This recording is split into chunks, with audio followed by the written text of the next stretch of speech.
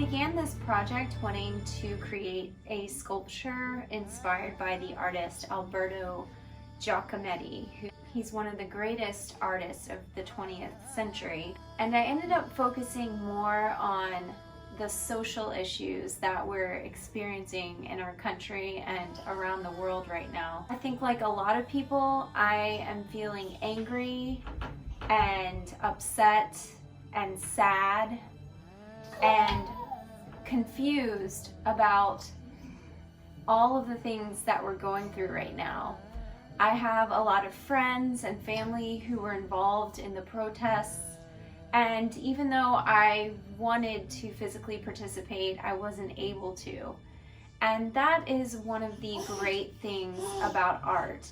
Art allows us to communicate very difficult emotions and feelings in ways that we could not find words to express.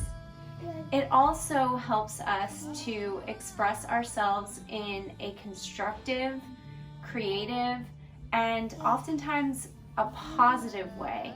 It helped me work through a lot of those feelings. And even though it's not going to solve the difficult situations that we have right now, I feel like it gave me an outlet to express some of the anger that I felt. I specifically chose this pose. This figure represents a protester. This protester has their fist raised in the air, and I feel like it kind of expresses some of the anguish and sadness around the death and the loss of lives that a lot of our Black Americans have had to. So this sculpture to me is my symbolic stand against racism, and it is a physical reminder to me to do everything I can in my power, in my circle of influence, to make sure that violence and injustice and discrimination does not happen. Video, I'm going to show you how I'm going to show you what I used, and then if you wanted to make something similar, this will show you what you need to get started.